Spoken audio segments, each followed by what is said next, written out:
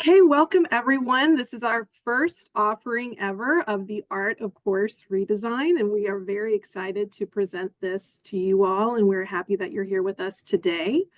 So we will start by introducing ourselves. Let me change the slide. There we go. Good morning, everyone. I'm Radhika Krishnadas. I'm the Assistant Vice President for Program and Learning Design with LSU Online and Continuing Education. And my teams essentially take care of all the online programs and the online courses that go into those programs, as well as on the non-credit side, my team also takes care of all the continuing education offerings. And we also offer faculty professional development, and I will turn it over to Jennifer for her role in our team. Thank you. I'm Jennifer Morissette. I'm the Director of Learning Design and Development. And just to kind of go over our team in more detail, some of you are very familiar with what we do. And if you're not, we are known as the Design and Development Team, and we collaborate with faculty to create learning experiences for online courses and programs.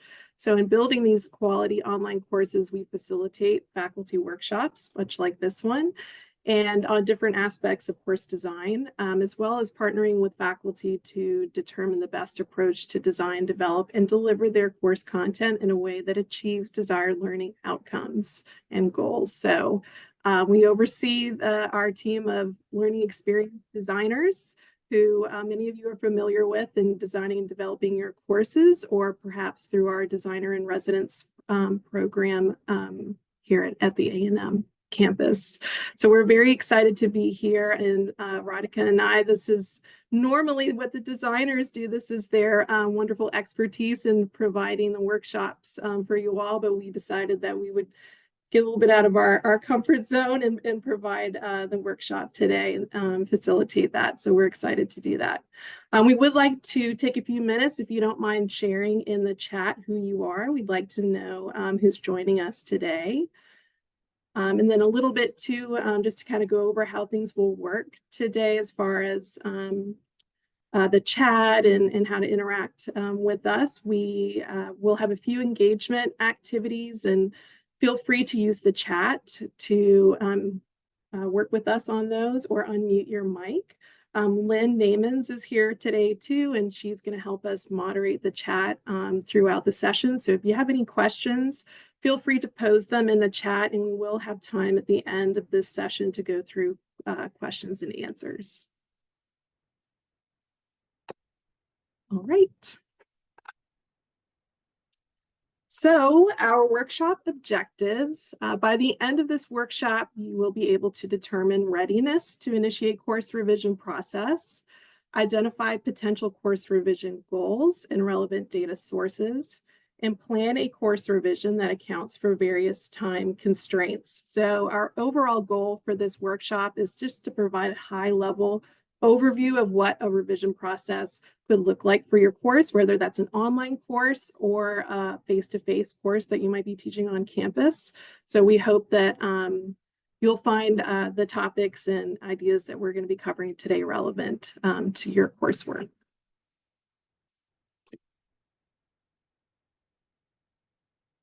Okay, so to start, we want to define what a course revision is. So in our efforts for continuous improvement, we're always looking to find ways to improve or tweak our course offerings. As we know, some changes can be minor, while other changes require more effort and a more targeted approach to see fruition. So conducting what we call a course revision is different from a course update. So you might be more familiar with course updates if they're just little minor changes to content or tweaks, like maybe changing links or different things like that as you're teaching the courses, or immediately after you might teach a course. You might want to make some tweaks here and there. These can be done while the course is being taught, as I mentioned, or can be done on a much more frequent basis. A course revision, however, involves a process of evaluating various parts of your course to determine what is effective, current, or relevant, what's easily understood, and what is not, with the aim of improving the overall quality of the learning experience in the course. So I have a few different examples here listed on the table on the slide. And so I wanted to just kind of take a few minutes before we dig in further of what your thoughts are on whether these examples are a course update or a course revision. So if you want to post to the chat for each one, we'll go through and we'll see which one is an update or a revision. So this first one is changing assignment due dates. Is this an update or a revision?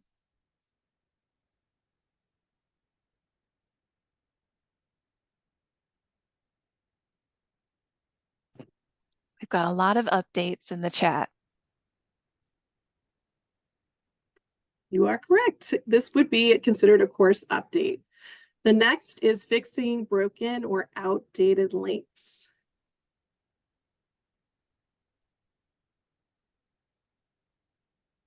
So an update. Those are easily things that you can do on the fly as you come across them, whether you're teaching the course live, making those updates, or noticing them and making those edits after the fact. What about adopting a new textbook?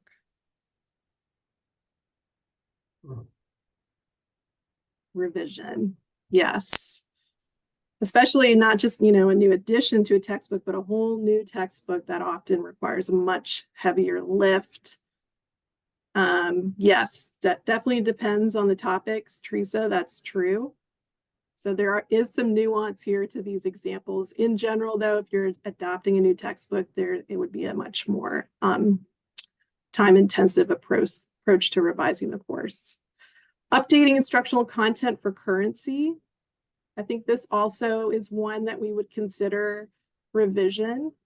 So if there's outdated information in the course, maybe there's an entire module of content that needs to be revised, that could have many implications in terms of the alignment for the course, maybe the course objectives, the module learning objectives would need to be adjusted and new assignments determined for that. So that would be considered a course revision. What about tweaking specific assignment instructions for clarity? So maybe you're getting a lot of questions from students. Update. That's right. All right, and lastly, our last example here is improving workload for students and faculty.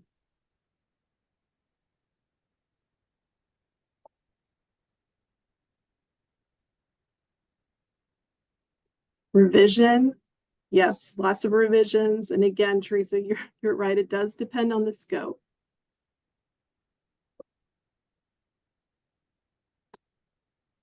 Okay, so the overall point in kind of going through these different examples is really to drive home that we want to make sure there's a distinction in the types of steps we're taking to approach a revision versus just an update, which is a normal part of teaching the course and taking that feedback and adjusting things as necessary within the course. And now I'm going to hand it over to Dr. Krishnadas, who will discuss course revision goals. Thanks, Jen. Yeah, so as you saw from that table, there are some efforts that need more time commitment and an increased level of effort. So since we are looking at a more involved process for a course revision, how can we determine when it is time to take that next bigger step? So as an organic part of your teaching process, whether it's on campus or online, you do get signals on how well the class is performing, where students are doing well, and which parts of the course they are struggling. And then, of course, you get the more direct signals from data like the DFW rates or the student course evals. So you have a pretty good idea when you're going into this, whether the course needs a revision or not. But you may also want to look at a few other, at the course from a few different angles, and you see those on the slide. Right. So I think you skipped a slide, Jen. I think we're on the wrong slide.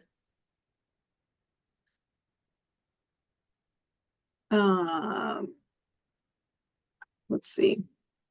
Yeah, there you go. Okay, my apologies.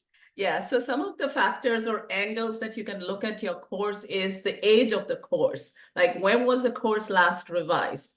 Depending on the nature of the course content, you may need to look at the content more regularly if it is more prone to fluidity and dynamic content changes, versus some of the content that could be revised in a more stretched out timeline.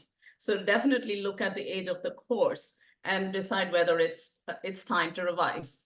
The second one would be to look at enrollment trends, and this depends on the course type. So is it a required course? Is it a gateway course to the major? Is it a high enrollment course? Is it shared across multiple programs? So depending on the course type and the impact, if you're seeing performance issues on those particular course types, you may want to prioritize those courses over courses that are not so specifically positioned in your curriculum, like electives or courses that are offered just once a year could be phased out more, and the other course types may be prioritized more frequently or on a more regular cadence. The next one is student feedback trends, and this could be from your course evals, or you could be getting feedback from your academic advisors on challenges that they are hearing from students or concerns that are bubbling up to the advisor's attention. And again, we want you to look at trend data. So not just one student or two students, but as you teach the courses over several sessions, are you seeing a persistent pattern of performance issues or concerns or challenges that students are bringing to the fore? So those are worthy of your attention to look at. And the final bullet point there are your annual program review findings. So are you seeing things based on the findings that a summative assessment needs to change, or its rubric needs to be better aligned to what the assessment is actually asking them to do? Or you may want to look at the alignment of those assessments to your course outcomes. Like, are you sure that what you're asking in that assessment is directly aligned, tightly aligned to the course outcomes? Right? So those are the kind of things. Or you may be just looking at your success benchmarks. If you said 70% of my students will receive a 4 or a 3 on this assessment, is your benchmark too low or high for that particular course? So kind of looking at the course, the bottom line is, when you're determining course readiness for revision, is to look at the course from multiple angles before you determine, yes, the time and the effort is well worth it to improve the student learning performance and the experience for your classes. Next slide.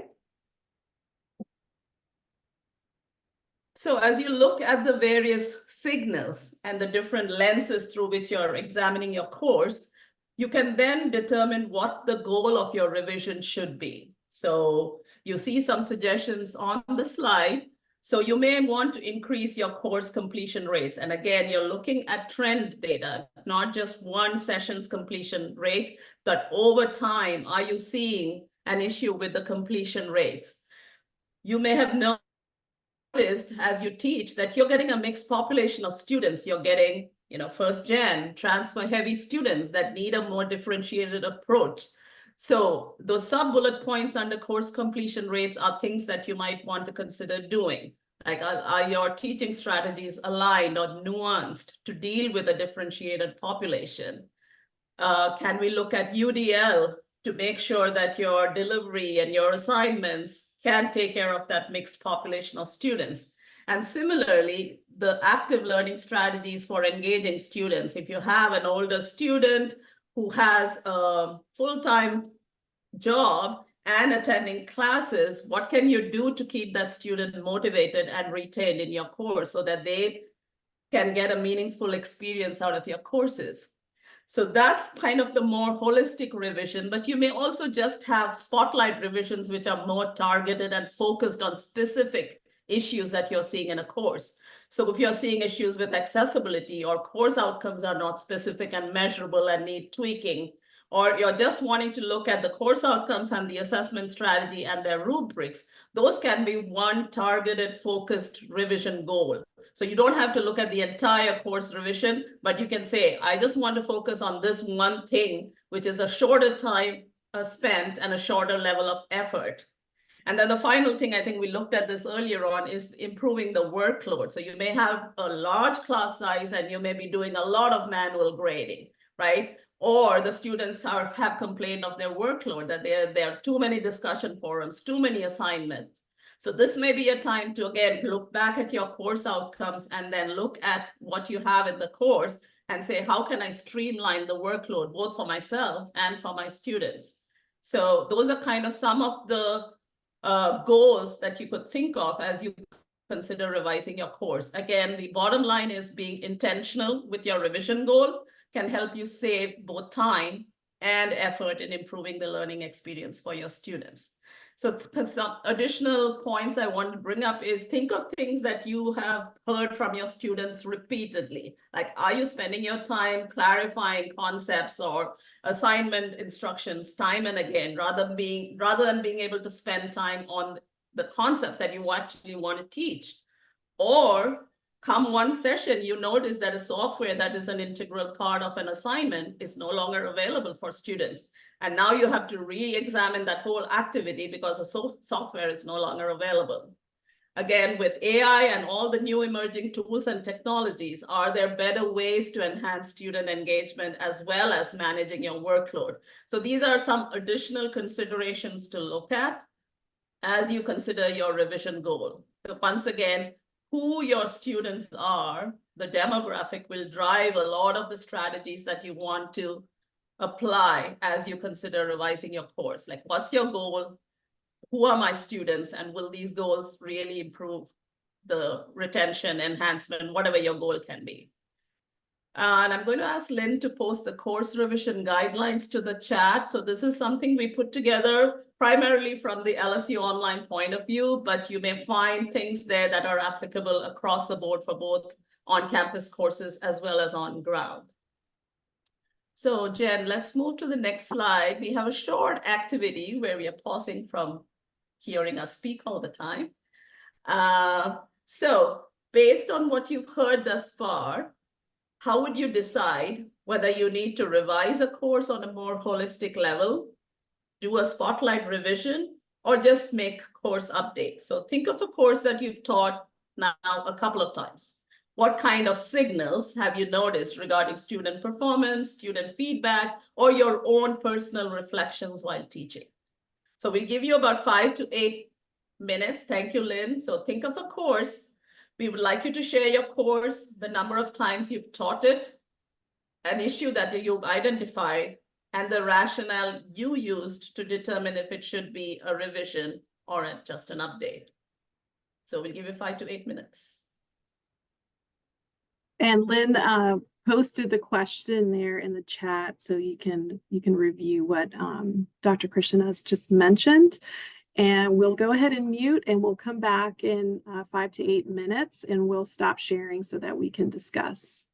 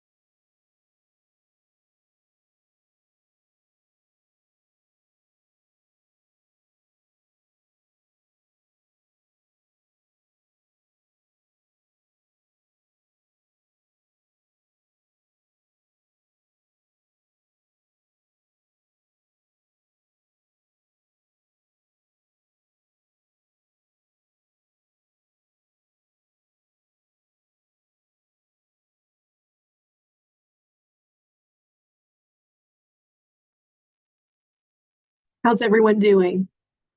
Anyone need more time? I think we can maybe have 2 more minutes.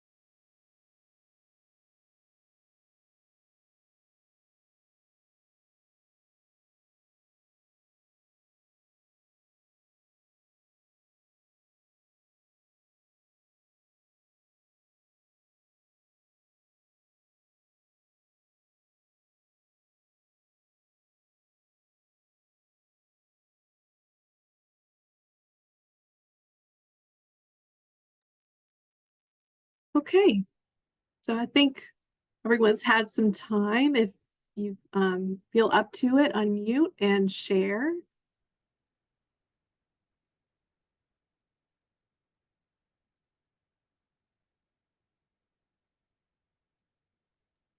Or you can type it in the chat, as Teresa's done.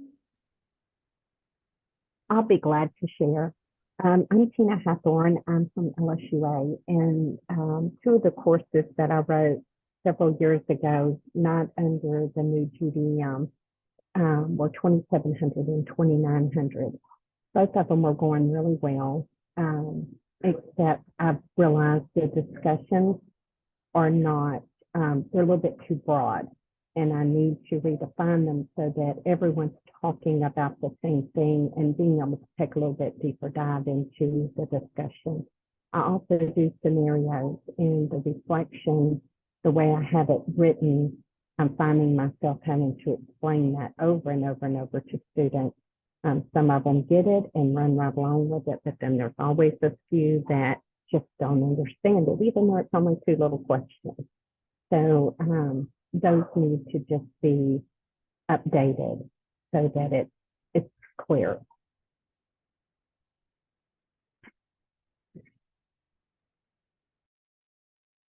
Thank you, Tina. And you may want to look at the rubric that goes along with those discussion prompts and make sure that those criteria for evaluating the discussion forum are aligned, as so that the students have a really good understanding of what your expectations are from those discussions.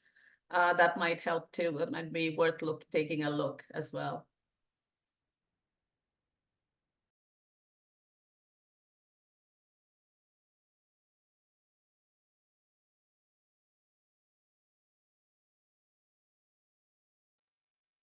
I see Will unmuting.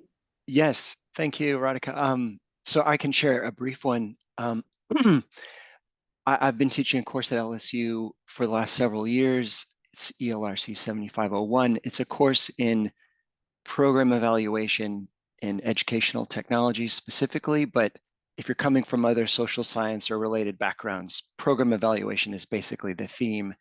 I've taught it several times, and over the last couple of years, I've noticed that more and more students seem to choose the same kind of assignment. And it seems like the course as designed addresses a really broad array. And I've constantly found myself offering those students focused advice. And I thought I should just need to change the entire course, because this is what the vast majority of students are selecting. So yeah, I want to focus it. I think that's going to involve a change to all the assignments and the textbook. So it feels pretty comfortably like a revision and not just an update. And having said that, and not to avoid questions, but I'm interested in people because I'm thinking about AI tools related to this course. Mm-hmm. I'm interested in the people like Teresa, who's already posted, who feel like they need to change their course to kind of accommodate AI use in some way, either affirmative or whatever you're doing there. I'm interested in that rationale very much too. Teresa, would you be comfortable in sharing a little bit? Sure. So to go into that with AI, I'm in grad school right now, and I use AI I am the queen of AI. I use it to help me develop outlines and figure out how to reword things. I have absolutely no problem with it. But what's killing me is when I have freshmen community college students who are turning in a paper where if I show it to one of my doctors, they don't understand what's being said. I'm like, okay, what you're doing right now isn't helping you pass your boards, and if you can't pass your boards, your degree is worthless. So it's not necessarily that the using AI that's the problem. It's them learning how to use it effectively and use it as a tool to increase their knowledge and help them develop what they need as far as their education goes, rather than a tool that's like, oh, I didn't do this assignment, I'm gonna plug this prompt into Chat GPT and then not even read what was sent to me, because if I had, I would notice that my instructor did a prompt injection where Chat GPT needed to talk about how purple bananas were good for fixing parvovirus or something like that. So it's like you didn't even try. So that is my goal. Unfortunately, I am an adjunct for this course, so any rewrite that I do has to go to the lead instructor, who's also the program director, for approval. But I'm actively working on a rewrite right now, and my goal is to actually point them towards AI and how AI can assist them in developing their assignments, but also to make it abundantly clear to them that I still expect that their assignments are their own original work. But there are so many other problems with the course in general where students are struggling, and then after they go take boards and we get the feedback, we still see that there are areas within this course that need to be adjusted so that they're more successful. So it needs a complete redesign, probably with a new textbook as well. Will, does that help? Oh, it does. And I'm impressed with what was just described there. I've seen some egregious uses, not too many, but where they don't read the output, I'm like, oh, like let's read the output, because I like Teresa, I feel pretty good about using it. I think it's interesting, and I want to learn, and I want my students to become able to use it too. So it hasn't prompted any redesigns for me yet, but it's kind of, it's around the it's hitting me around the margins right now, but who knows what the next round of courses will bring. So yeah, I've seen some faculty will actually add the critique piece to the assignment instruction, so they get the output, but part of the assignment completion is, okay, critique what you got from Chat GPT. Where does it meet, or how well does it meet this course outcome, or where did kind of get them to think critically about what they received from whatever tool they're using. So I've seen that done a couple of times from my faculty too. Something else that not to hijack to make everything about AI, but something else that I was thinking about that I've been trialing with my own writing and rubrics is actually giving the students a copy of the rubric that can be copied and pasted into Chat GPT, and then telling them, put this rubric in Chat GPT, put your own assignment in it, and then you tell me how, before you submitted it, tell me how Chat GPT graded this assignment. And if you didn't at least get like a 95%, you need to go back and revise it. Don't submit it. That's a really cool idea. All right, I'm going to give it back to Jen. Thank you guys so much for your feedback and input. Really helpful.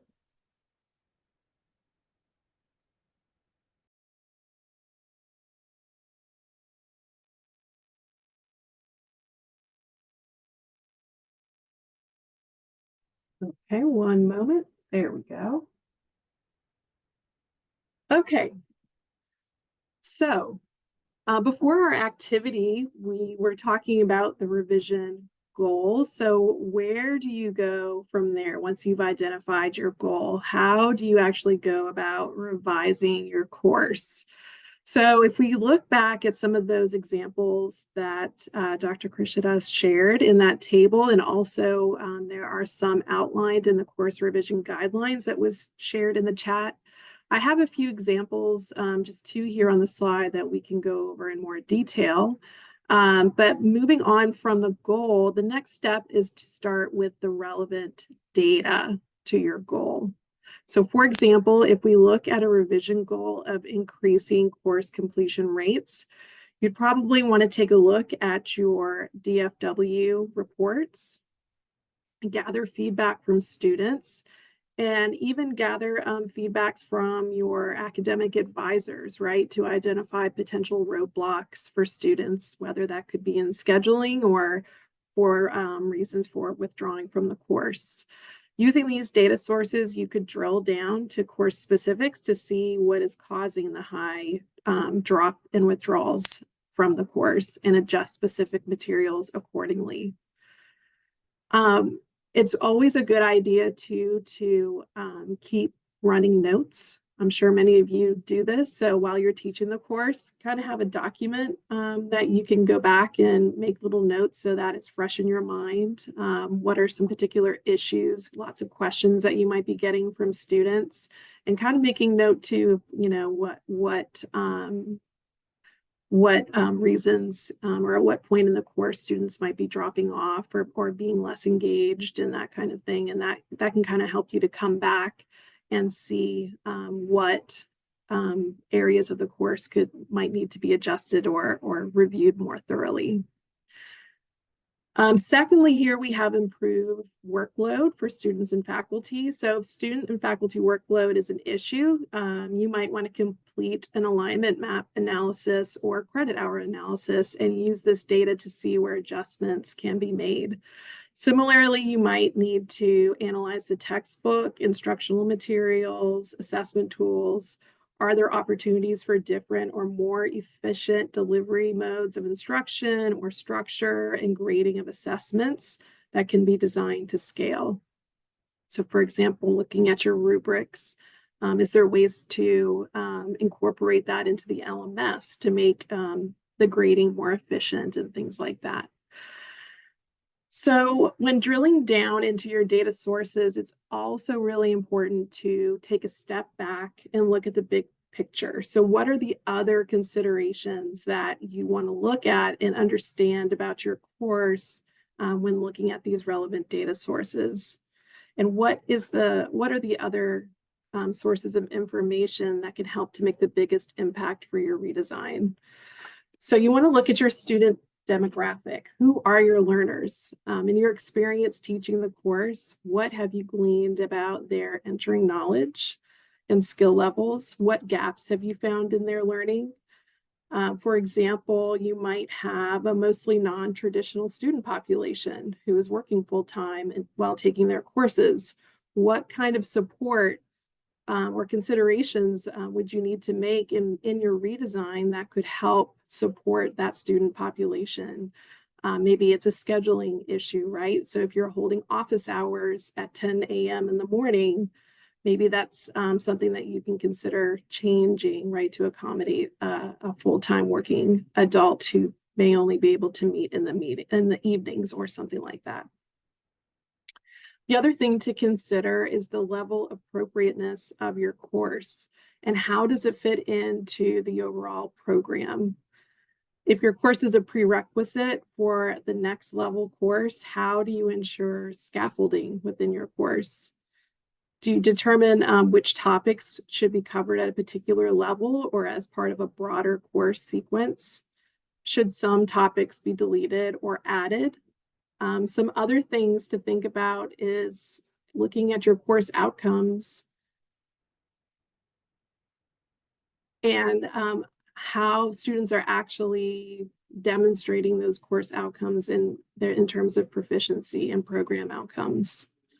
Are materials aligned with industry needs and skills? Perhaps you could consider adding in more authentic assessments that could replace current assessments. And lastly, here we have engagement opportunities, and this is particularly important in the online environment. So in what ways can you incorporate active learning strategies to help improve student retention and satisfaction? What was most difficult for students to achieve or for you to assess? And again, thinking about that scalability in keeping with your class size.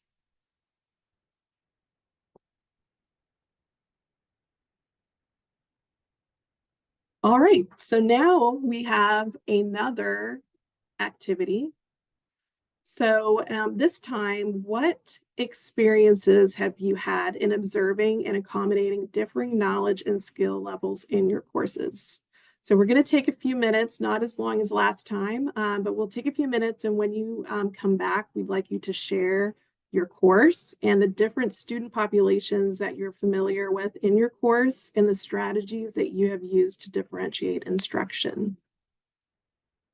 So it's 11:09. We'll come back at 11:12 and we'll stop sharing and discuss again.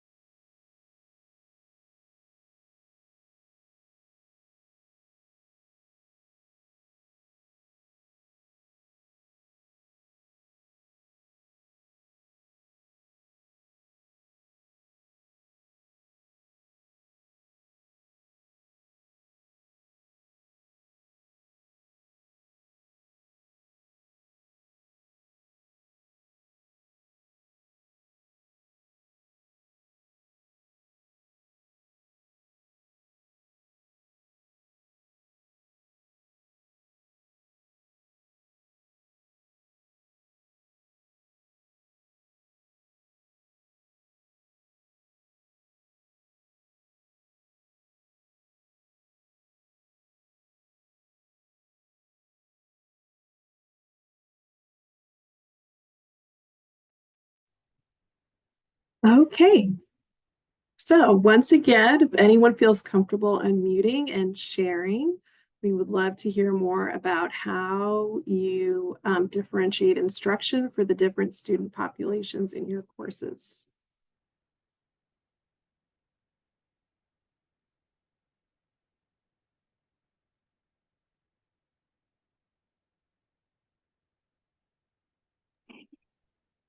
I'll share one of the ways that I do. Mine are 2000 level courses that I'm talking about today. And so they're not real in, hard content areas for the students, but it's usually freshmen and sophomores that are taking them. And sometimes they struggle. I give them a portfolio at the end so that they have to go through and do different activities. So in the beginning, I gave them one specific activity I wanted them to do, and they were struggling with that because some of them live out of town, some of them, just various reasons why they couldn't do it.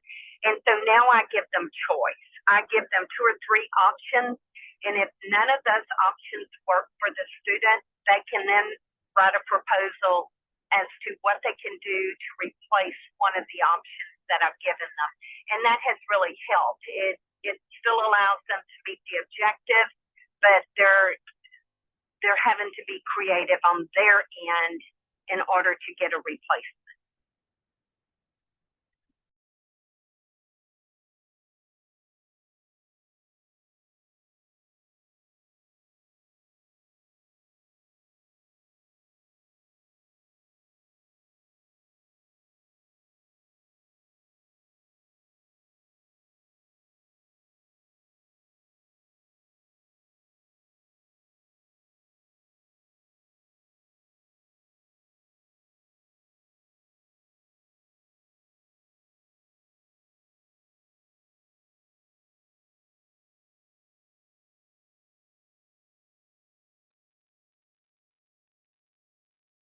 Seeing some comments in the chat.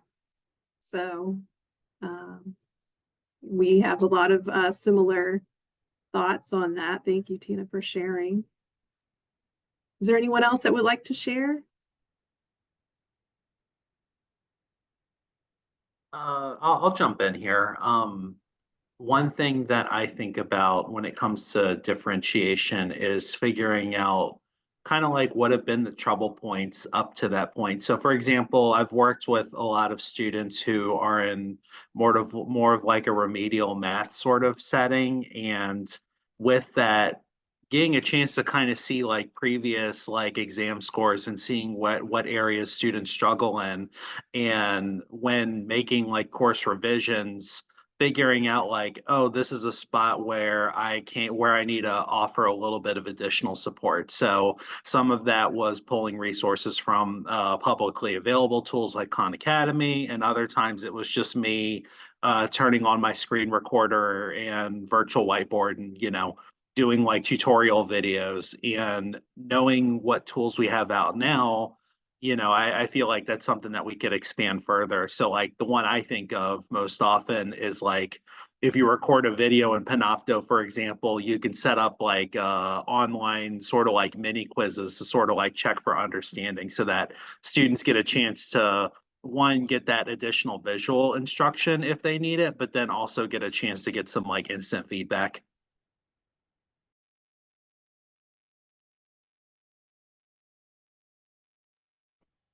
We do have a question from the chat. How do you ensure that outcomes are met from the student developed assessment? That was for Tina or? From Catherine posted it, but I think when in that question of authentic assessments and that student choice, and I think one strategy is to allow them choice, but still expect them to meet the outcome. So they still have to speak to the concept, speak to whatever that topic and those objectives are, but maybe you're giving them the choice between writing a research paper and doing an 8-minute video where they're doing a presentation, still covering the same objectives, but allowing that option. Yeah, and I would say the rubric is really important here on what are the evaluation criteria, so that whoever is submitting a response, you're sharing that rubric ahead of time, making sure their response is aligned to those rubric criteria and expectations. So I think a well-written rubric, I think, can take care of that really well. Hey, are we ready to move on, Jen?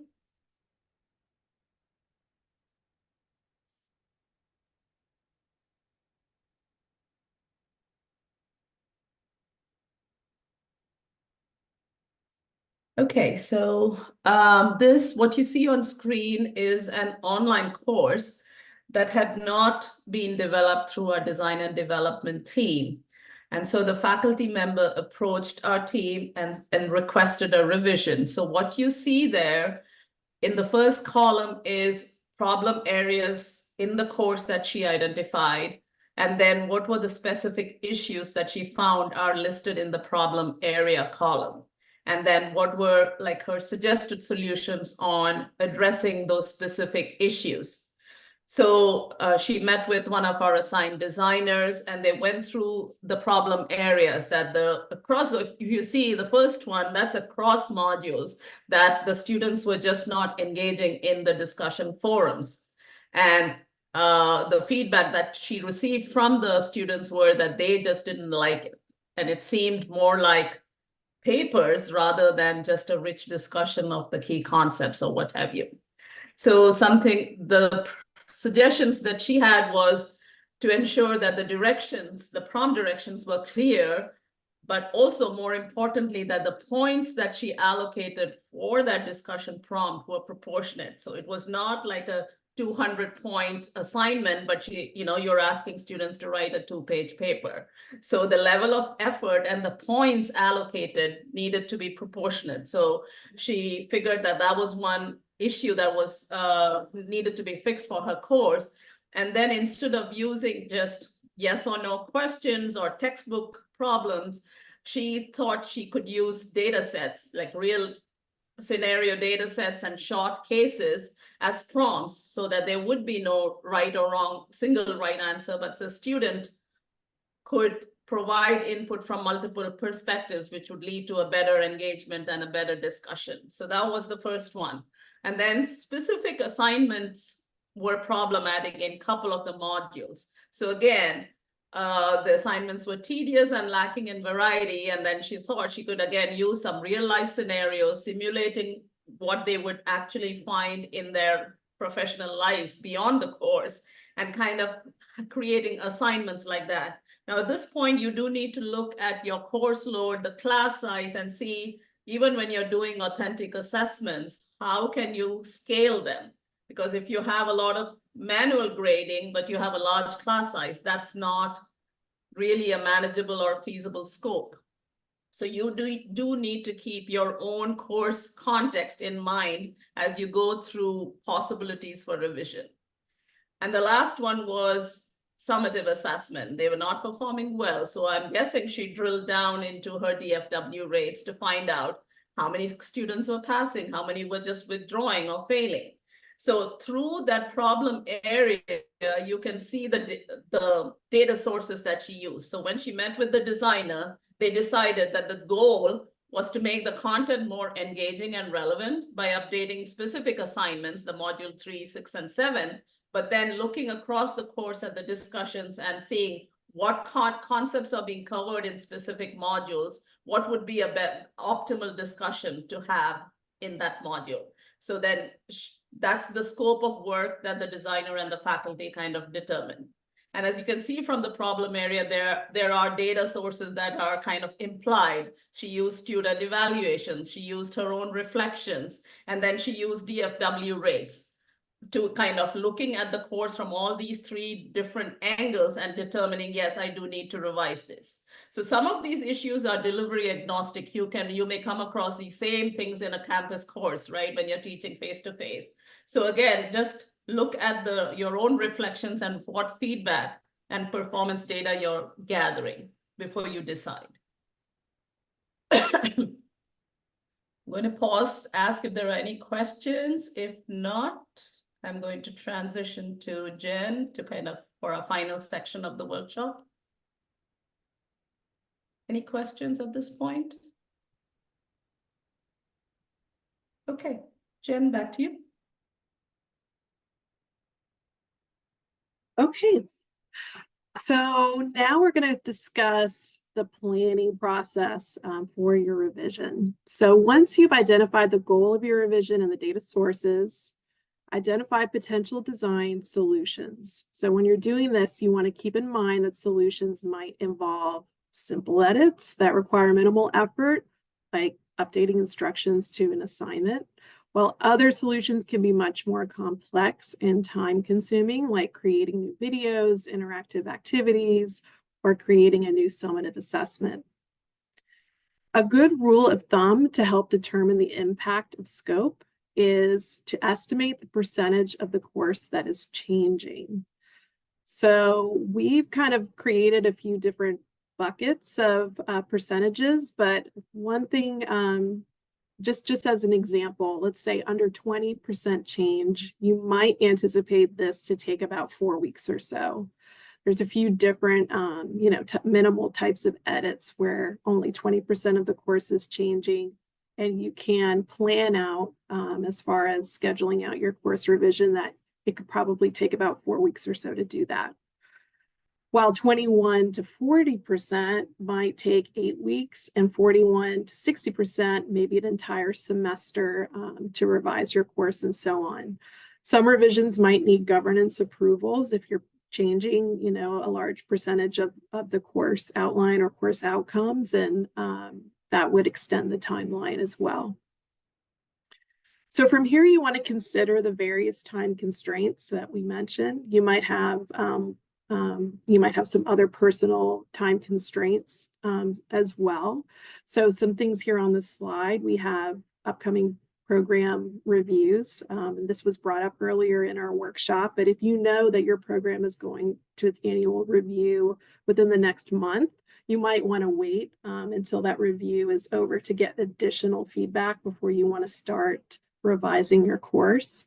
You also want to think about the next time the course is offered, right? If you want to try to get these edits completed and it's a significant overhaul to the course, you want to work back as much as you can from that next offering date and make sure that you've allotted enough time to really dig in to make those edits.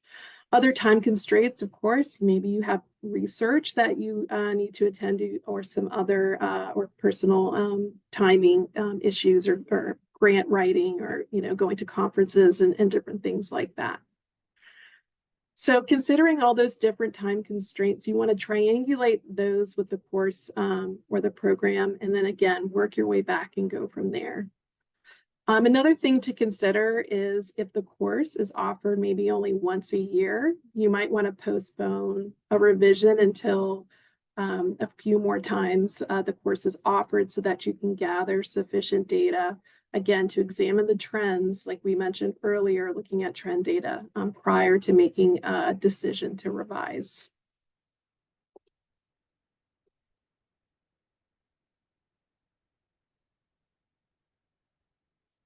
Okay, so lastly, we have an overview of the LSU Online course revision process. So we're calling this just a little peek at our process. And as we come to a close, we wanted to share this as a model for how you could manage your course revisions. So if you're a faculty member who develops or teaches courses for LSU Online, this process should look familiar to you, or if it doesn't look familiar, it will, hopefully in the near future. And if not, the steps that we have outlined on the slide could be something that you want to implement for your own courses, or perhaps you want to take this back to your department and discuss with your colleagues as far as implementing a consistent revision process for the courses in your program. So I'll just briefly go over the different steps here, and it's going to look a lot like what we've already covered in our workshop today. So number one, we want to start with tracking an initial a revision check-in period, which is tracked to the initial launch term, or maybe the development completion date. And we want to use this date to initiate a check-in every 3 years or so. So 3 years is just a kind of a general number, which is a good amount of time to go in between courses, just in general. Every course is different based on the type of content, how often it might need to be updated. But at that point, you want to make a decision whether to update or revise the course at this check-in period.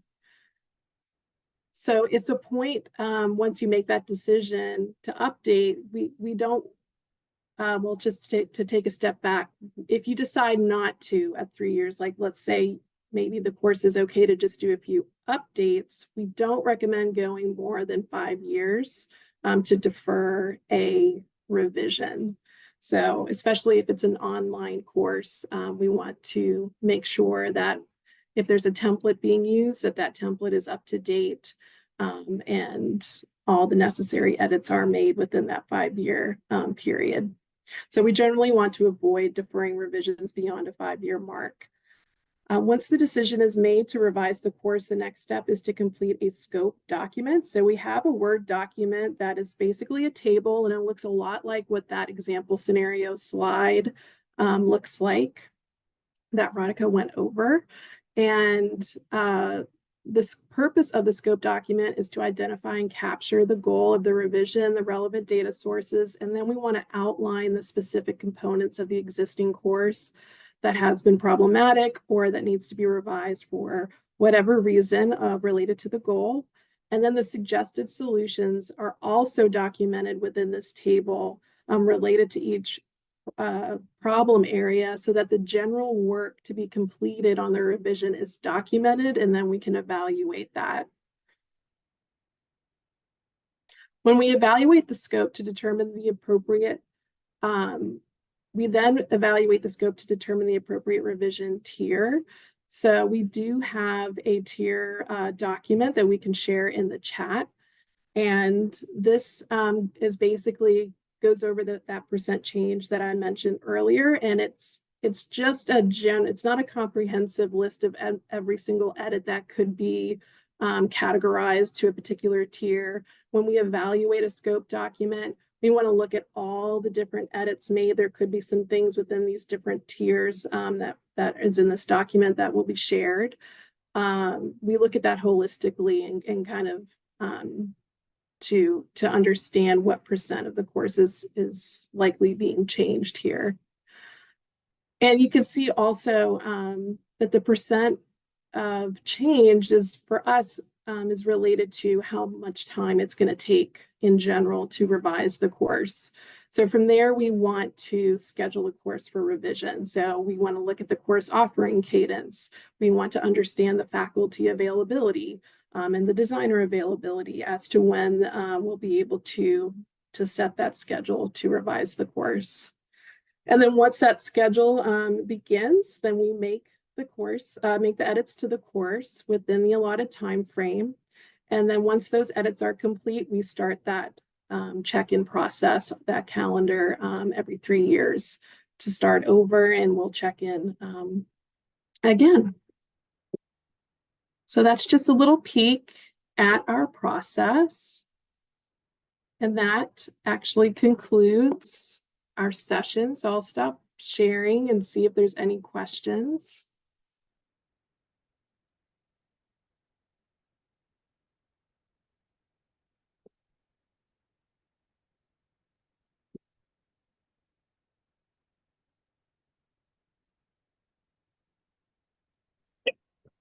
I do have a question. The word update and revision keeps going back and forth.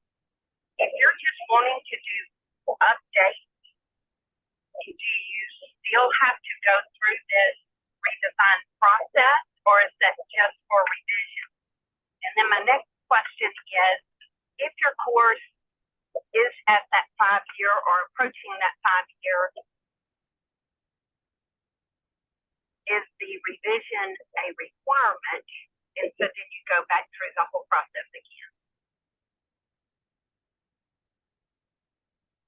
So making updates to the course, if there are those kind of minor tweaks, right, like updating broken links or modifying instructions for clarity and different things like that, that can be done on an ongoing basis and does not need to be scheduled out as far as the LSU Online process is concerned.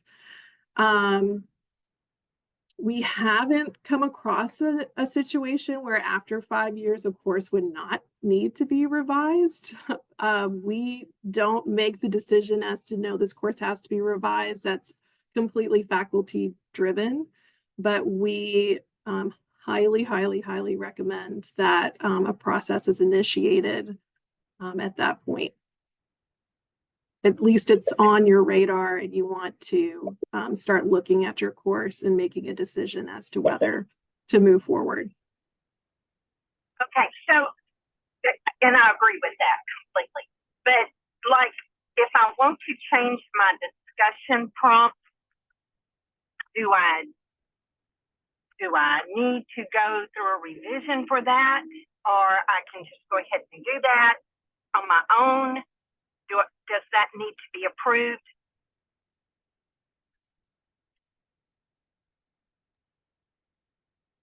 I would say, again, it's kind of hard without actually looking at what the nature of the edit is, but in general, so if it's less than a 20% change, which it sounds like that would be, it's what we would call a tier 1 revision. And so that it does get assigned to a schedule, but it's very much the faculty member on their own can just go in and make those edits. It's just something that we are tracking. Okay.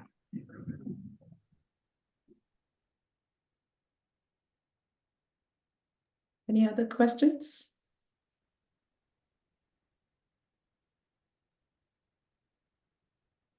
Okay, I think we can wrap up, Jeff. Thank you, everybody, for taking the time. Yeah, go ahead. Oh, good. Thank you all for attending today. Same thing, sorry. And we hope that you learned a little bit about, you know, course updates and revisions and what that process looks like and how it can relate to your course. And we hope y'all have a great day. Have a wonderful day, everyone. Bye.